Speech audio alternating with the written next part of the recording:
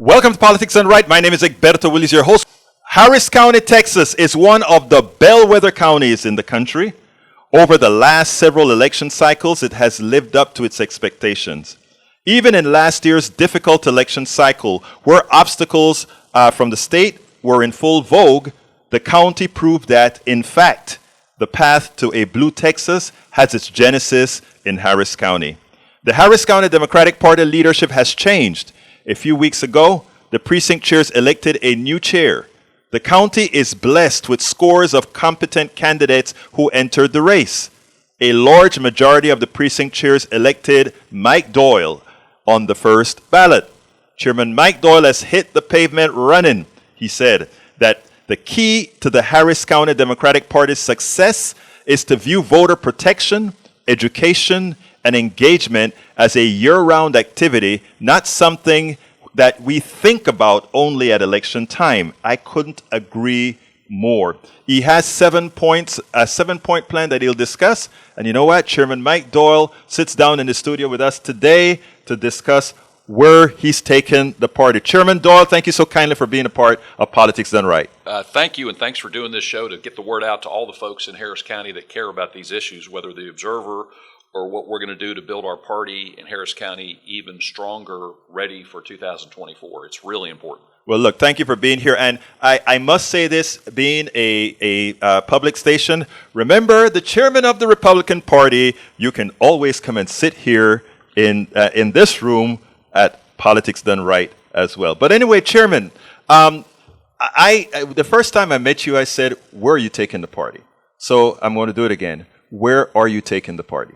Where we're all headed together is to where, having been a Democrat, lifelong Democrat, and lived in Harris County most of my life and all my professional life, we need to be not just the bellwether, but the cornerstone, because as was done by the Republicans starting in 92 and 88 and then 94, once they turned Harris County completely red, it changed Texas and it changed our country. And we're at the point now where we're beyond ready, we're beyond where we need to be, so that Harris County, if we get out 1.1 million voters, Democrats, in 2024, which we're fully capable when we're ready, walking the streets, getting our folks out, what that means is we will never have another elected statewide Texas governor who's a Republican, and we will never have, in my lifetime, a Republican president, just because we're that important here. And it's not something that can't or shouldn't be achievable. It's something that we're going to be ready for starting right now. Now, when people hear many talk that manner, they would say things like, that sounds so partisan. But what I like to point out is that values matter. Values matter, and what a party represents matter. What does a Democratic Party in Texas represent that we are not seeing within the Republican Party at this point in time? Well, if you want to talk about the Democratic brand, here's what I think it stands for, and it's an easy sell. It's an easy sell to really a majority of the folks in the state, because I think that at the bottom, our values are the values that Texas working families need, and it's important stuff, what I call the bread and butter stuff. I come from a union family, minimum wage, Medicare for all, actually taking care to make sure that people that work hard can support their families, don't die of cancer because they don't have medical insurance. Those are Democratic values. And when you add what I call we care about people, it's a party of compassion. We're not targeting folks for their sexuality, their gender, their immigration status. We're basically welcoming everybody who's going to work hard, work for their family to be part of this great state. Those are, I truly believe, the values of Texas, and it's just a matter of Texans who embrace those values, and I think the vast majority do, because right now we have a state where the extreme, radical, hate-filled bills, legislation, policies have just been promulgated again and again. And so making sure that folks realize it's doable, because we really are the ones that speak to the values that, for the vast majority of Texans, matter, and not just in Harris County. I think it is so important that Democrats are able to articulate, you as a chairman, what these values mean, because ironically, when one speaks about, if you were take a party line completely off the values that you speak about, and you ask every Texan, what is it that they want? What would they like government to do for them? Or what would they like to be participant in government about? You will find that the same issues that you spoke about, the vast majority of Texans, irrespective of party affiliation, that is what they would stand for. I find often that it's because we are unable to communicate in that manner, as you just did, and that you'll do further, is that it gives people the impression, it allows people to caricature the things that you stand for, your thoughts. Yeah, I mean, I think that we've done a poor job of letting the Republicans describe what a liberal is, or a Democrat is, or a progressive. I know what I am. I'm from a working class family that first my family to college. I would not be where I was if education was not prioritized, if education was not affordable, if I couldn't get through school and then on to law school without a massive debt burden. Those are things I know were provided by Democratic policies. And when you talk about what matters to people who are trying to put their kids through school, to avoid what's going to happen, at least we're headed towards, unless we stop it, and we ought to, the privatization of schools here in Harris County, which is really the ultimate goal of this TA takeover, that's what people care about. And when they start taking away your schools, when they start taking away your opportunities, that's what matters. And I think that from our perspective as a Democrat, people do agree with that. There's not too many folks that think you really need to just hate-filled politics and target all kinds of different groups just because they're not exactly like you.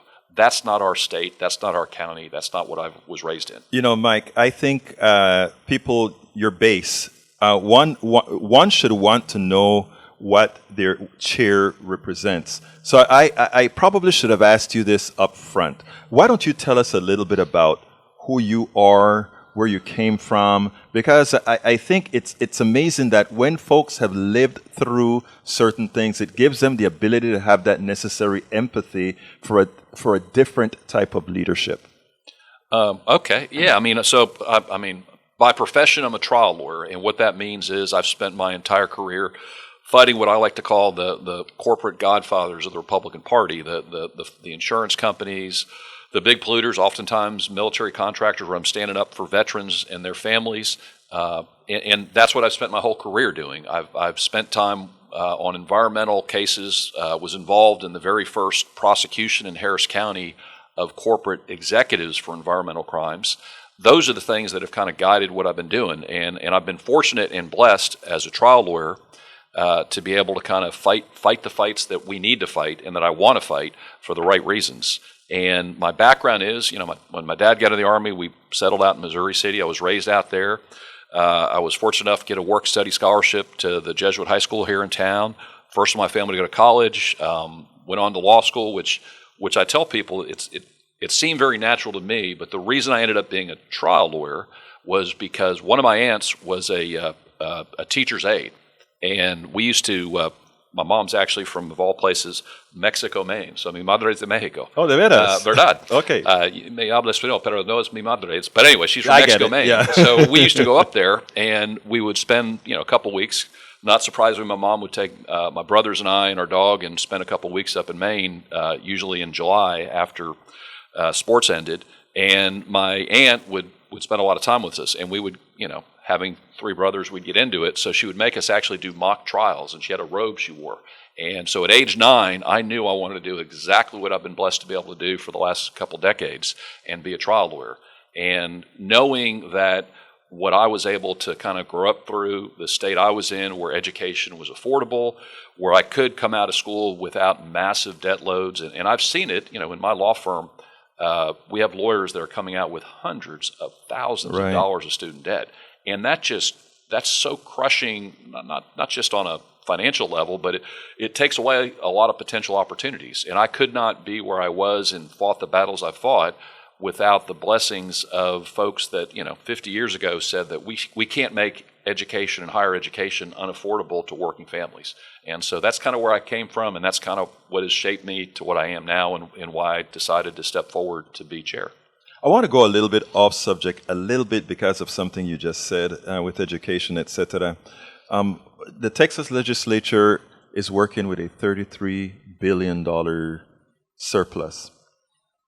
Some monies that could be put into a fund that made sure we could shore up education. We could decide, instead of throwing that money out, we could decide to do something to fix our educational system. A reason that TEA wouldn't have to take over Houston schools. A reason that even though there are many schools around Texas that are worse than Houston aren't being taken over.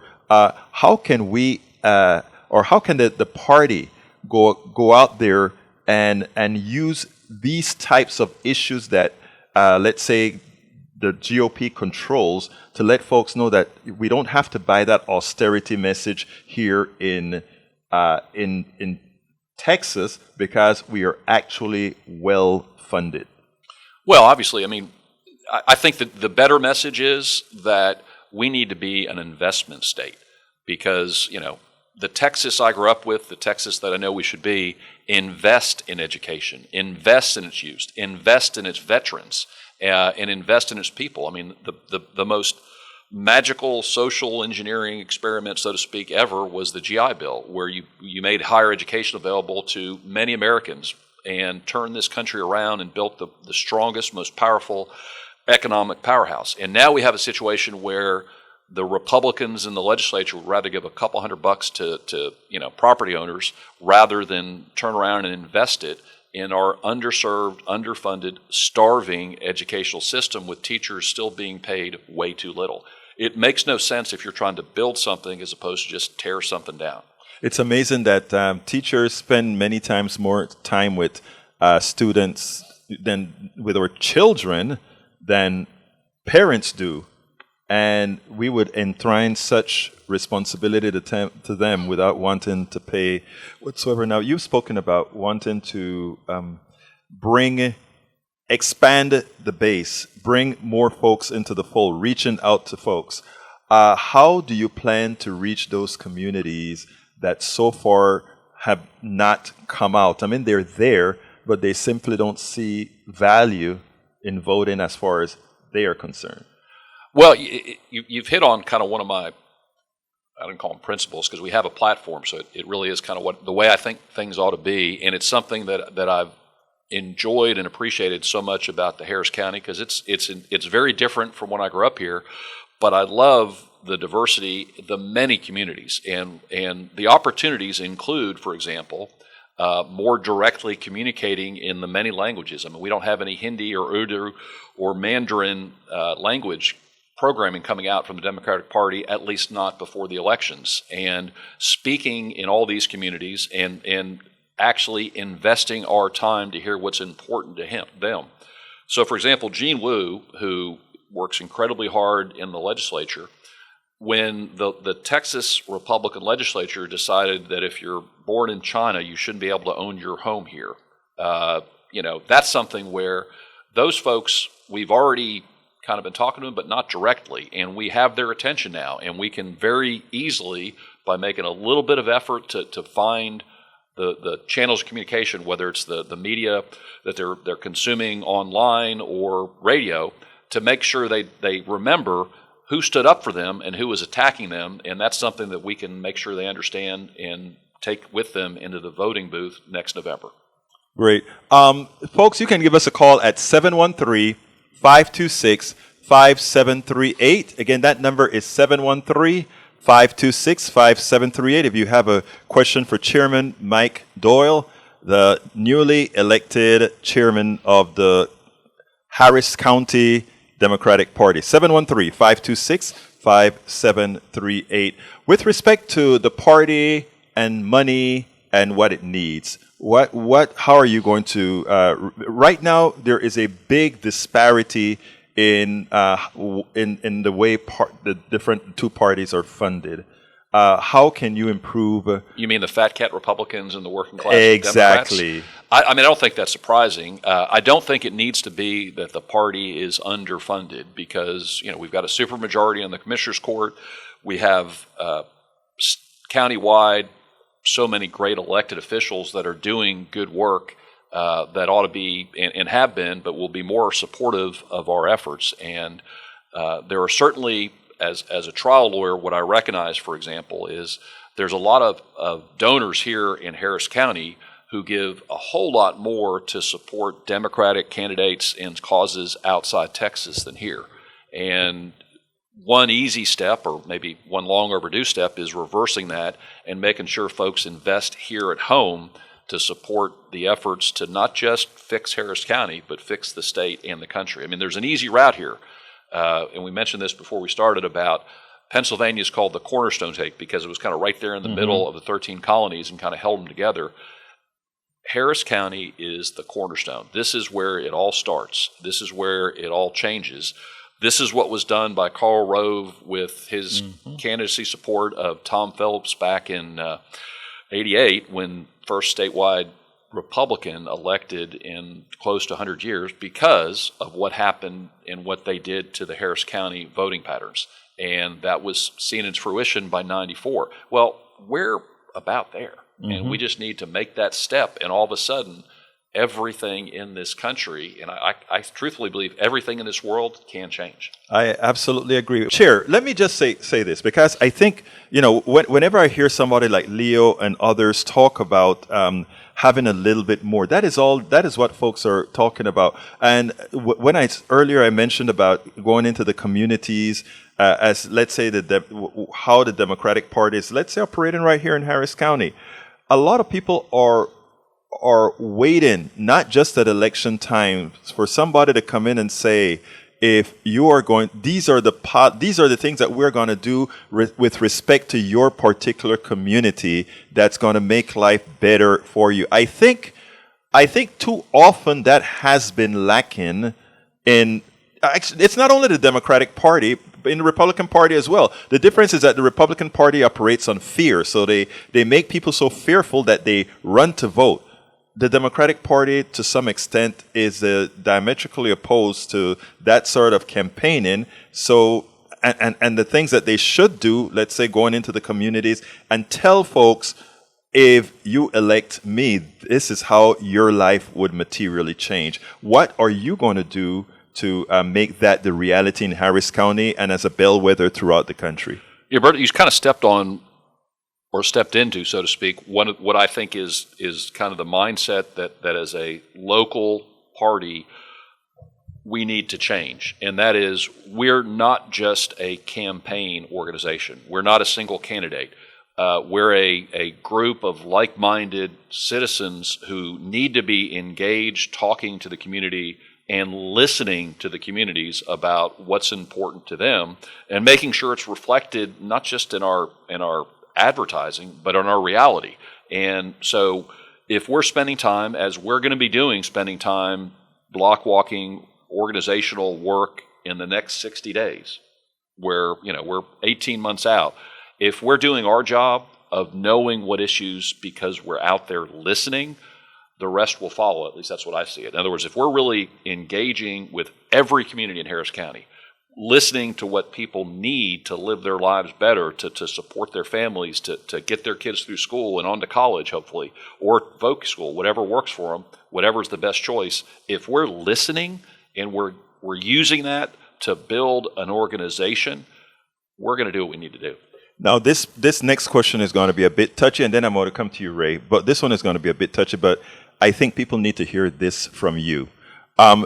We have to admit that the Democratic Party, as wide as it is, meaning it encompasses just about every side of the aisle, if you wish. We have pretty conservative Democrats, pretty moderate Democrats, and we have pretty progressive Democrats.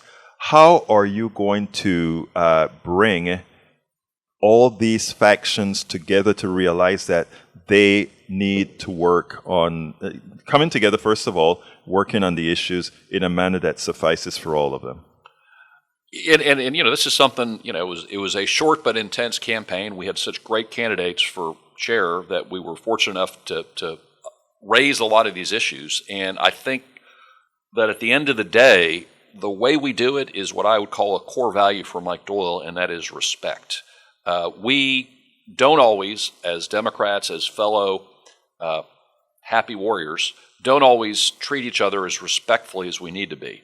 And as long as going forward, we understand that, these battles, these fights, what we're trying to do are so important, but we can never do it alone. We need to respect and treat each other with, I think I even mentioned this last Sunday, a week ago, with love and compassion. That's what we're going for. Exactly. And if we're treating people respectfully, compassionately, carefully, we'll come together, because these issues, what we're doing is just so important. We've got to listen to the voices of absolutely everybody. And, and that is the things that I think, and again, like I said, I think that is something that you've been saying from the time that you started your campaign.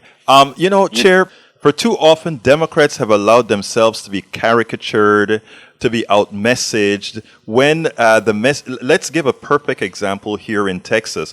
Go out throughout Texas in the rural areas where Democrats do not dominate.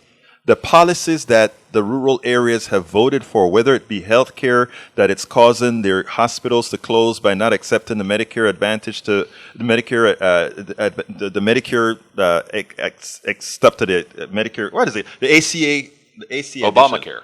You're right. By not accepting it, it's sad that it caused their hospitals to close. We also have this thing about vouchers that they're looking for. You know what? Vouchers, even though it doesn't work, if you look at the statistics, the kids educated in schools that are voucherized compared to schools that are public, they don't do any better, and too often they do worse. I checked the stats several times over the years. But that hurts. The better one of those schools are in the cities. So what it means is it hurts rural areas as they get defunded from these monies that go into the system. So there are so many things that that Democrats have not articulated in a fashion to those people who think that you have horns. Yeah, well, at least not ones I show. That the ones you show, but right. no, but you put your finger on something that Harris County is. Well, there are parts of Harris County that are kind of rural, but here's what Democratic policies across the country have done. They have saved rural hospitals. Right. They have supported rural schools. And, if you go out to a place like Sweetwater, Texas, an hour from Abilene, the school district is almost certainly going to be the biggest employer. And people there recognize that when you take away, it's not going to be replaced by a bunch of private schools. It can't. And they recognize that, and I expect this legislature, like others, vouchers are not going to work because the rural Republicans, whether they say it out loud or not, recognize that that's cutting directly into their public schools. You know what, Chair? I just spoke to a legislature last week, and what they told me is that in order to get support from the rural areas, they're doing carve-outs. They're trying. They're trying to do It's going to be carve-outs. difficult. In other words, and I'm certainly, they're capable of all kinds of shenanigans. Mm-hmm. But the reality is that it's very difficult to not have unexpected consequences. Right. And at least when you're talking about rural areas, that's kind of the biggest employer, the biggest part of the community is the school district. And if you mess with that school district, you're messing with the heart of the community because they recognize that. Right. So they might try and work around it, but at least so far, that's what's protected our state against a voucherized system or Right. charter schools, even worse, which has done so much damage to New Orleans, in Philadelphia, and Detroit, and left kids just adrift. And that's what's helped us so far, but you're right, they'll try. Yeah. Now, the term I was forgetting, it just kind of slipped my mind, was the Medicare extension to the Affordable Care Act, or the Medicaid expansion to the Affordable Care Act, which causes the death of over 2,000 Texans a year. How can the pro-life party not have been tagged with actually causing the death of over 2,000 Texans every year? Well, I would say at least. I mean, at least. Here's just recently, the Republican legislature in North Carolina became the 40th state to recognize and embrace the fact that, and they don't call it Obamacare, they don't call it, but they recognize that it's not a good idea if you want to have your local hospitals and your folks being taken care of to just turn your backs on it. Chairman of the Harris County Democratic Party, Mike Doyle, thank you so kindly for coming in here at Politics Done Right And, I hope to have you here as you move on and as we do more things to talk to our audience on what we're doing.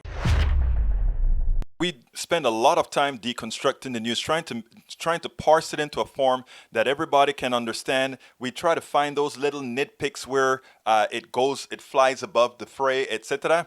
If you really like these videos that we do, I want to ask a big favor. Please go ahead. Number one, subscribe to our channel. And number two, please join if you can. Thank you so kindly for watching. Keep watching. Please remember to share. We must populate the entire internet with our progressive message, a message that we know is what most Americans say that they want. So help us, please join.